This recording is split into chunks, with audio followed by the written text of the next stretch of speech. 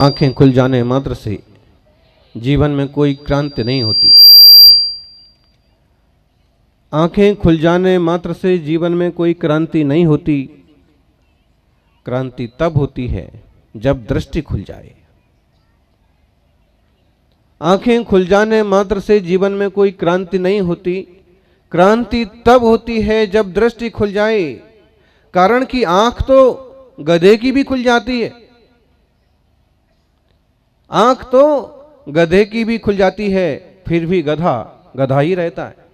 किंतु दृष्टि यदि मानव की खुले तो वह महामानव बन जाता है, विराट बन जाता है, तपस्वी सम्राट बन जाता है। तपस्वी सम्राट की दृष्टि अद्भुत थी। किसी ने उनको कहा, रात रात भर आप जागते रहते हैं, सोते नहीं हैं। सोना स्वास्थ्य के लिए बहुत जरूरी है। अब ना जाग के करते क्या हैं? जबकि सबको पता था कि निरंतर ध्यान, जाप और खड्गासन से आराधना उनकी अपनी नित्य शैली थी। अब जागते क्यों हैं? सो क्यों नहीं जाते हैं? सोने से आराम मिलता है। उन्होंने कहा, सोने से मुझे आराम मिलता है, सोने से मुझे आराम मिलता है, लेकिन जागने से आत्मा आराम मिलता है।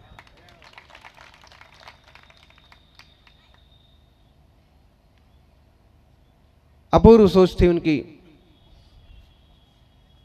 रास्ते के बिहार में अक्सर कर पुराण शास्त्र पढ़ा करते थे सब साधुओं के बीच में, क्योंकि स्वाध्याय कभी बंद होता नहीं था। और आज भी चाहे कितना लंबा बड़ा बिहार हो तो भी स्वाध्याय कभी बंद होता नहीं है। बिहार के दिन है तो सुबह की क्लास नहीं चलेगी, दोपहर की नहीं चलेगी, चलेगी तो चलेगी, भले वह प्रवचन रूप में, धर्मोपदेश रूप में हो, लेकिन स्वाध्याय दोनों टाइम होगा, चारों टाइम होगा। रात का भी अपना अपना सब करते हैं, भोर का, ब्रह्म मुहूर्त का, अपर रात्रि का भी सब अपना करते हैं। तो पुराण शास्त्रों की उनकी चर्चा और उनको पढ़ने का अभ्यास और शिष्यों को क्रम से पढ़वाने का चला करता था। एक दिन एक पंडित जी जैसे सज्जन आए और कहने लगे कि द्रव्यानुयोग का अभ्यास होना चाहिए, करणानुयोग का होना चाहिए। आप तो बहुत बड़े संत हैं, आप तो विद्या पारंगत हैं और आपके शिष्य भी एक से एक विद्वान हैं, हमने सुना है। चूंकि तत्वार्थ श्लोक, वार्तिक, न्याय कुमुद चंद्र, प्रमेय कमल, मार्तंड जैसे ग्रंथ भी उनने पढ़ाए, लेकिन बिहार में अक्सर कर पुराण शास्त्र, हरिवंश पुराण, महापुराण, प्रद्युम्न चरित्र, श्रेणिक चरित्र, पांडव पुराण, इस तरह के कोई ना कोई पुराण विस्तार लिया करते थे। वो विहार चलता था और सुबह शाम वो शास्त्र जब ठहरते थे घंटे डेढ़ घंटे उसको ही पढ़ते थे। दूसरे ग्रंथ, ज्यादा ग्रंथ ढोते नहीं फिरते थे। अब हमने सोचा कि आचार्य महाराज कुछ ऐसा कहेंगे कि अलग से बड़ा शास्त्र विस्तारते हैं तो ज्यादा शास्त्र लेके चलना पड़ता है, इसलिए हम एक ही शास्त्र पढ़ते हैं। या ऐसा कहेंगे कि रास्ते में पुराण पढ़ने में सहूलियत होती है, थके होने के बाद भी महापुरुषों की कथाएं सुहा जाती हैं और अच्छे से स्वाध्याय हो जाता है। या ऐसा कहेंगे कि बोधि समाधि निधानम बोधति बोधा समीचीनः प्रथमानुयोग, बोधि समाधि का निधान है, प्रथमानुयोग मार्थाख्यानम, ऐसा कुछ कहेंगे। लेकिन उन्होंने कुछ अलग ही कहा। उन्होंने कहा, पंडित जी, पुराण तो जैनागम का प्राण है, पुराण तो शास्त्रों का प्राण है, और पुराण तो साधु जीवन की साधना का प्राण है। समय शिखर की यात्रा पर थे। अब इतने बड़े पहाड़ की वंदना करके तो थकने वाले ही हैं। पहले ही 1000 किलोमीटर की यात्रा करके गए और दूसरे ही दिन पहाड़ की यात्रा करेंगे। पहाड़ की वंदना करके पूरे 27 किलोमीटर की और यात्रा करके और नीचे आ गए। कुछ साधु तो एकदम पक्का कर लिए कि अब वंदना नहीं करना। पांव सूज गए हैं, चला नहीं जा रहा है। और जब गुरुदेव निकले तो कुछ तो उनकी छवि देख करके, उनकी मुद्रा देख के, कुछ उनकी सिंह वृत्ति देख के, कुछ ये विचार करके फिर पता नहीं दर्शन हुआ कि नहीं हुआ, और उनके पीछे चल दिए। लेकिन फिर भी एक दो साधु बैठे रह गए। महाराज जी ने पूछा, क्यों बैठे हो, वंदना नहीं करना क्या? उन्होंने कहा कि बहुत थकान हो गई है, बहुत थक गए। आचार्य महाराज ने कहा कि तीर्थ वंदना की थकान 2 दिन रहेगी, 4 दिन रहेगी। तीर्थ वंदना की थकान 2 दिन रहेगी कि 4 दिन रहेगी, लेकिन तीर्थ वंदना का आनंद जिंदगी भर रहेगा। और जितनी थकान के बाद वंदना करोगे उतना ज्यादा काल तक उसका उत्साह रहेगा, सुनाने का उत्साह रहेगा कि मेरी ये हालत थी फिर भी।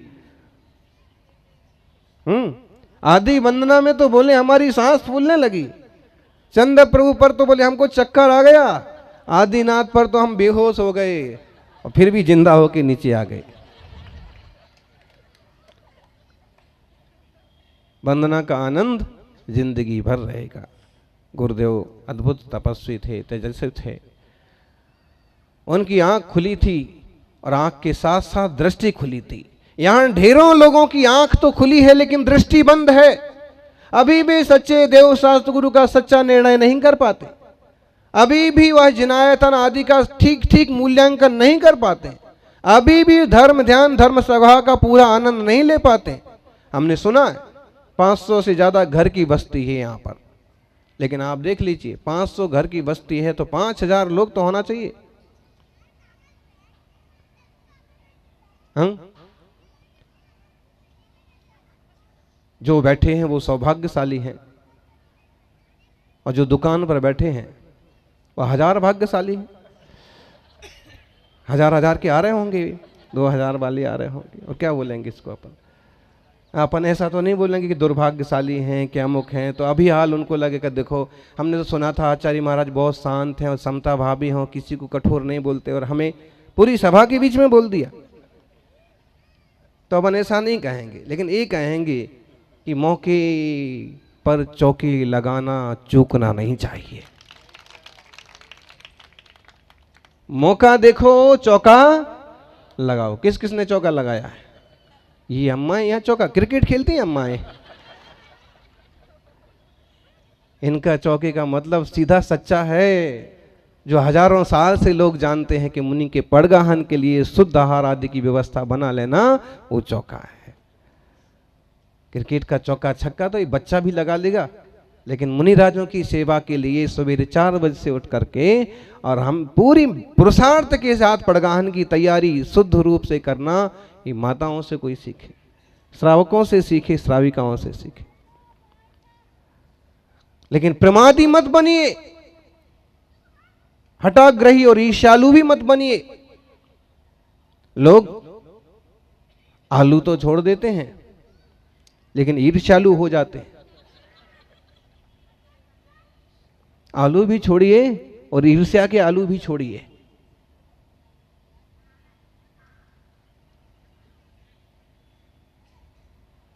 उनकी दृष्टि भी खुल गई थी और इसलिए उन्हें पता था कि इस देह से जितनी साधना की जा सकती है। आप सोचिए, मुनिराज ने जो बताया वो सब आंखों देखी घटना है। हमारे साथ हमको भी वो अवसर मिल गया था। श्रवण बेलगोल पहुंचे थे हम फरवरी 2009 में, 8 का चतुर्मास सोलापुर, और हमारे लिए भट्टारक जी जबरदस्त आग्रह था, इंटरनेशनल प्राकृत कॉन्फ्रेंस करना है, अंतर्राष्ट्रीय प्राकृत विद्युत गोष्ठी करना है, चतुर्मास आपका यहीं होना है, हमारे सारे लोग आपकी दक्षिण की पूरी यात्रा करा के आएंगे, फिर चतुर्मास से, और तरह तरह से उनने आग्रह किया, मनाया, अपने हाथों से श्रीफल भी चढ़ाए। लेकिन जब हमें ये सुनने को मिला कि गुरुदेव की तबीयत गड़बड़ है, तो हमने उनको बस इतना ही कहा कि भगवान का दर्शन तो फिर भी हो जाएगा, लेकिन गुरुदेव के दर्शन के लिए अभी जाना बहुत जरूरी है।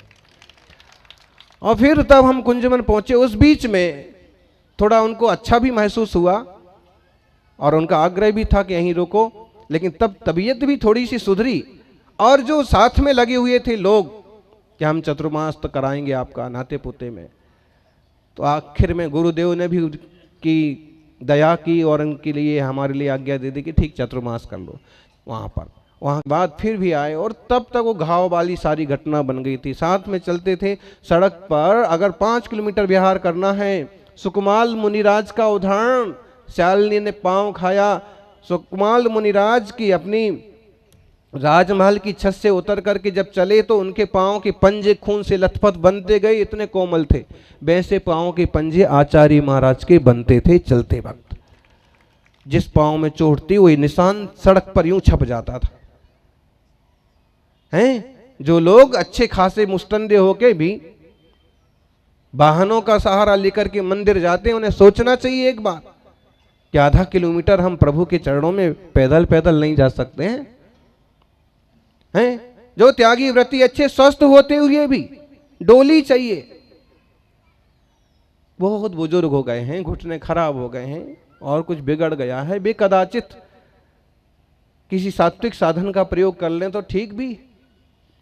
तपस्वी सम्राट जीवंत शिक्षा देते हैं कि साधन और आधुनिक साधन इनसे बचिए, साधना करिए, साधना से सिद्धि मिलती है।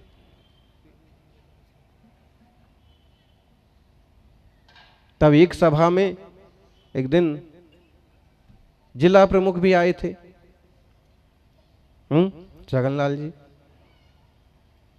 और उस दिन हमारा प्रवचन भी हुआ था। और तब हमने प्रवचन में एक गाथा ली थी, आपको याद है कि नहीं? आपको याद है? किसको याद है? लोग आधे से ज्यादा तो वही हैं, भले भुलक्कड़ हैं। बहुत लोग होते हैं, कोई लाल भुजक्कड़ होता है, कोई भुलक्कड़ होता है।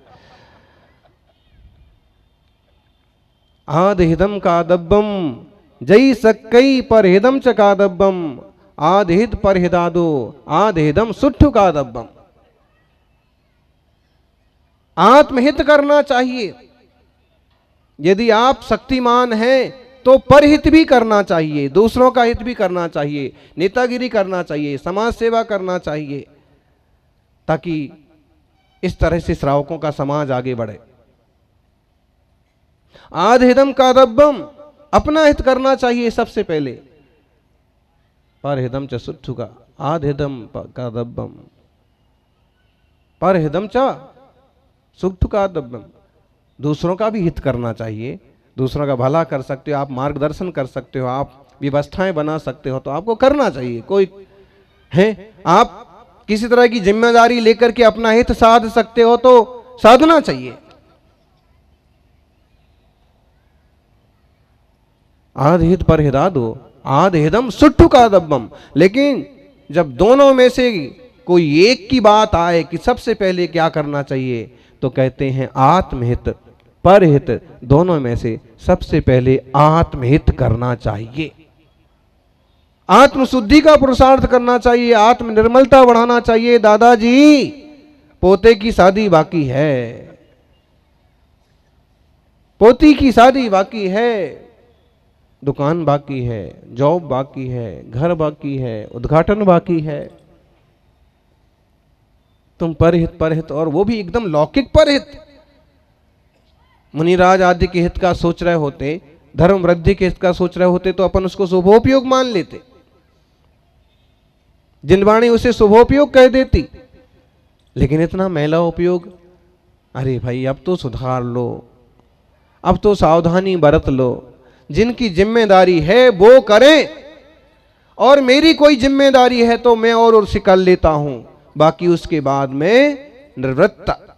धर्म ध्यान, धर्म ध्यान मतलब क्या? देवशास्त्र गुरु की सन्निधि में अच्छे विचार पूर्वक, सहजता पूर्वक, शांत स्वरूप की दृष्टि करना। इस पर भी तो गौर करो। हम केवल देह थोड़ी हैं। तपस्वी सम्राट को एकदम एकदम पूर्ण बोध था इस बात का, तभी तो पांव में इतना बड़ा घाव है फिर भी पद विहार करते थे। हाँ, कोई बहुत निकट का भक्त हो और हाथ पकड़ लिया कदाचित, और उसे नहीं झटका दिया तो नहीं दिया, दे दिया तो दे दिया, कि नहीं पकड़ तो कभी किसी से हाथ पकड़वा लिया तो पकड़वा लिया, बाकी डोली पर लेके चलो कि मेरे को ऐसा करो। 5 किलोमीटर ही हो कि 50 किलोमीटर हो, बिहार किया बहुत बड़ी शिक्षा देके गए हैं आज के साधुओं के लिए।